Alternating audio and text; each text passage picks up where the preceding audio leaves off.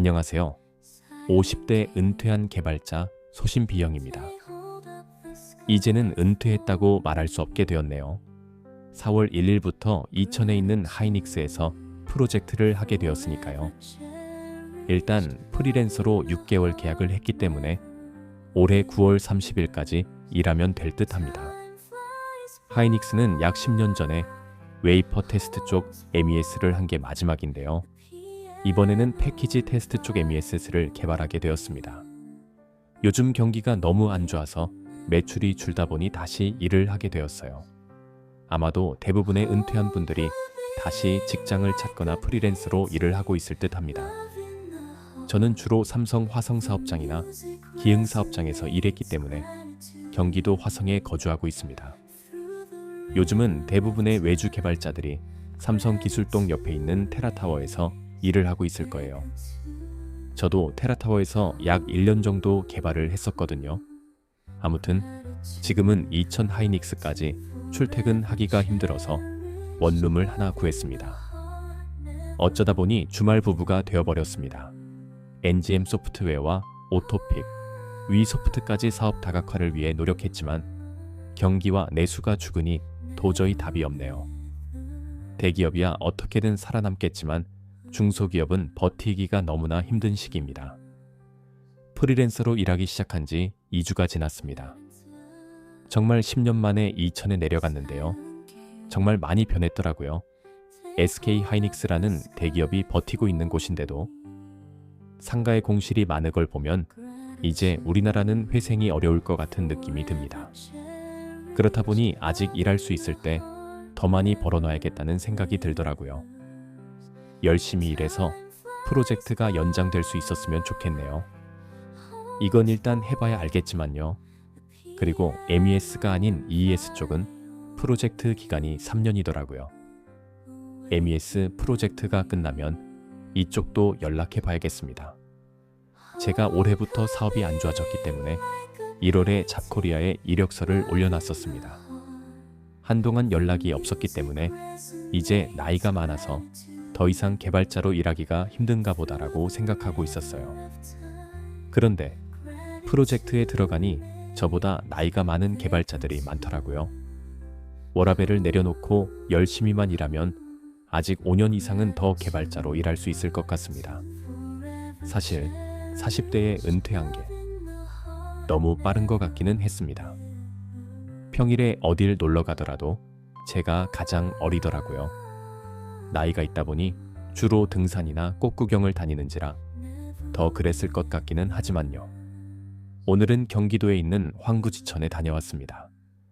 벚꽃이 정말 활짝 피었더라고요. 평일 오전인데도 사람들이 많이 나와 있었어요. 오랜만에 와이프와 나들이도 하고 점심도 먹고 이런저런 일 얘기를 하다가 집에 들어왔습니다. 아무래도 너무 오랫동안 쉬었기 때문에 적응하는 게 쉽지는 않았습니다. 삼성보다는 하이닉스가 좀 더 자유로운 분위기이긴 합니다. 그렇더라도 낯선 환경에 다시 적응하는 건 또 다른 문제죠. 하이닉스 근처의 원룸에서 2주 정도 지내보니 근처에 밥 먹을 만한 곳이 정말 없더라고요. 그리고 혼자 식당 들어가면 싫어하는 분위기이기도 하고요. 아무래도 손님 한 명 받는 게 귀찮을 것 같기는 합니다. 그래서 페이코 앱을 설치해서 구내 식당을 이용하는 게 좋겠다는 생각입니다.